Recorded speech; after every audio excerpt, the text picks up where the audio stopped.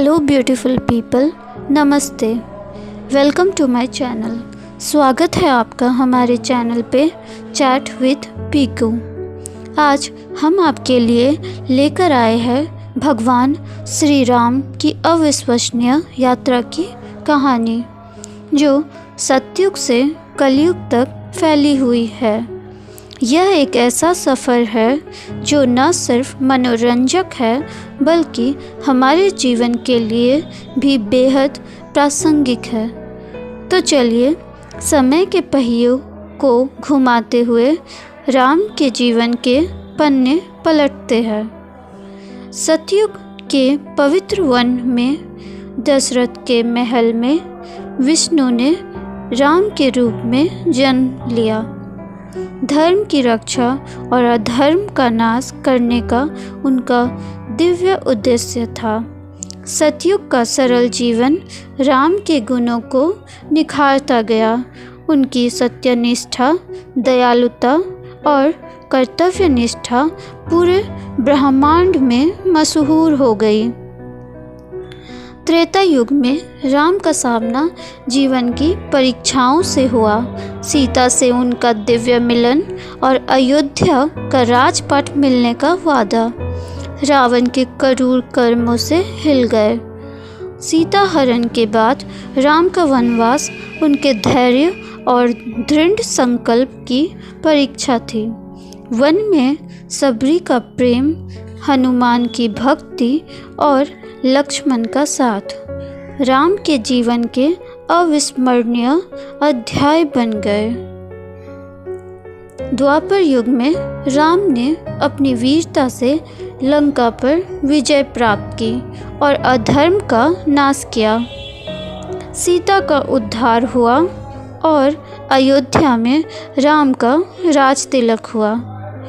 रामराज का युग आया, जहाँ न्याय, प्रेम और समृद्धि का साम्राज्य स्थापित हुआ। राम का शासन आदर्श शासन का प्रतीक बन गया। कलयुग के इस अंधकारमय दौर में राम की प्रासंगिकता और भी बढ़ जाती है। उनके गुण हमारे लिए मार्गदर्शक बनते हैं। सत्य के मार्ग पर चलने की प्रेरणा, कर्तव्यनिष्ठा से जीवन जीने का जुनून, क्षमा और दया का भाव, अन्याय के खिलाफ लड़ने का साहस, ये सब राम हमें सिखाते हैं। तो हम बात करते हैं कि राम के किन गुणों को हम अपने व्यक्तिगत जीवन में ला सकते हैं और इन्हें अपना सकते हैं। तो अगर हम व्यक्तिगत स्तर पर बात करें तो राम के इन गुणों को आप अपनाएं, जो है सत्यनिष्ठा, दयालुता, कर्तव्यनिष्ठा, क्षमा और मर्यादा जैसे गुणों को अपने जीवन में शामिल करें। न्याय के लिए उठे, अपने आसपास अन्याय देखने पर चुप ना रहे। राम की वीरता से प्रेरणा लेकर गलत के खिलाफ आवाज़ उठाए। धर्म का पालन करें, सत्य और ईमानदारी से धर्म का पालन करें।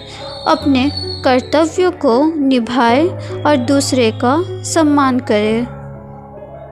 और अगर हम सामाजिक स्तर पर बात करें तो हम राम के इन गुणों से शिक्षा ले सकते हैं, जैसे कि राम राज्य का निर्माण करें, अपने आसपास एक ऐसा वातावरण बनाने का प्रयास करें जहां न्याय, प्रेम और समृद्धि का राज हो।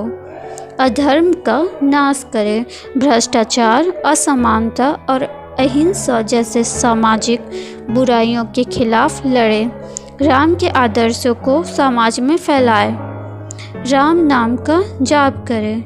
राम नाम का जाप न केवल आध्यात्मिक रूप से बल्कि मानसिक शांति के लिए भी लाभदायक है।